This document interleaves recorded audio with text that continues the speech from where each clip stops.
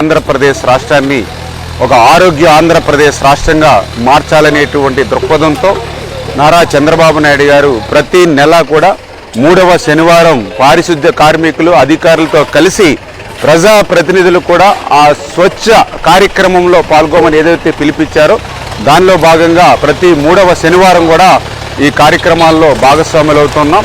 అందులో భాగంగా ఈరోజు ఏదైతే మన పాలకులు పట్టణ పరిధిలో ఉన్నటువంటి ఏదైతే త్రాగునీరు సాగునీరు అందించేటువంటి కాలువ మీద ఏ విధంగా అయితే వ్యర్థ పదార్థాలు ఏదైతే ఇష్టానురీతిన ఇక్కడ తిష్ట వేశాయో వాటన్నిటినీ కూడా ఈరోజు పారిశుద్ధ కార్మికులతో కలిసి పార పట్టి గుణపం పట్టి మరి ట్రాక్టర్ల మీద ఆ యొక్క ఎగుమతులు చేసి మరి ఇవన్నీ కూడా క్లీన్ అండ్ గ్రీన్గా చేసేటువంటి ప్రక్రియలో భాగస్వాములయ్యాం.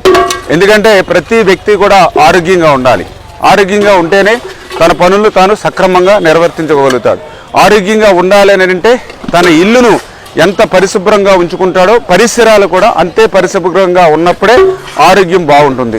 ఆ ఉద్దేశంతో ఈరోజు ఆరోగ్య ఆంధ్రప్రదేశ్గా చంద్రబాబు నాయుడు గారి ప్రయత్నం. ఎందుకంటే గతంలో కూడా మనం చూసాం ఏదైతే జగన్మోహన్ రెడ్డి పాలనలో మరి ఆ రోజు మరి ఈ యొక్క మురికి ఆంధ్రప్రదేశ్గా ఈ రాష్ట్రాన్ని మార్చేసినటువంటి పరిస్థితి.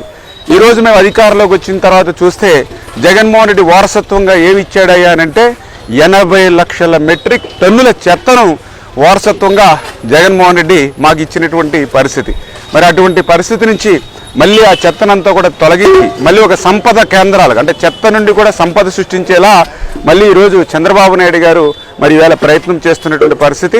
ఆ రోజు ఏదైతే చెత్త మీద కూడా పన్నేసి చెత్త పాలన ఇచ్చినటువంటి జగన్మోహన్ రెడ్డి పాలనకు ప్రజలు చరమగీతం పాడినట్లుగానే ఈరోజు ఆ చెత్త పన్నును కూడా ఈ ప్రభుత్వం రద్దు చేసిన విషయాన్ని కూడా ఈ సందర్భంగా గుర్తు చేస్తూ భవిష్యత్తులో కూడా మరి అందరూ కూడా ఒక పట్టుదలతో ఒక కృషితో మళ్ళీ ఒక స్వచ్ఛ ఆంధ్రప్రదేశ్, ఒక ఆరోగ్య ఆంధ్రప్రదేశ్ లక్ష్యంగానే మేమందరం కూడా పనిచేస్తామని చెప్పి తెలియజేస్తాం.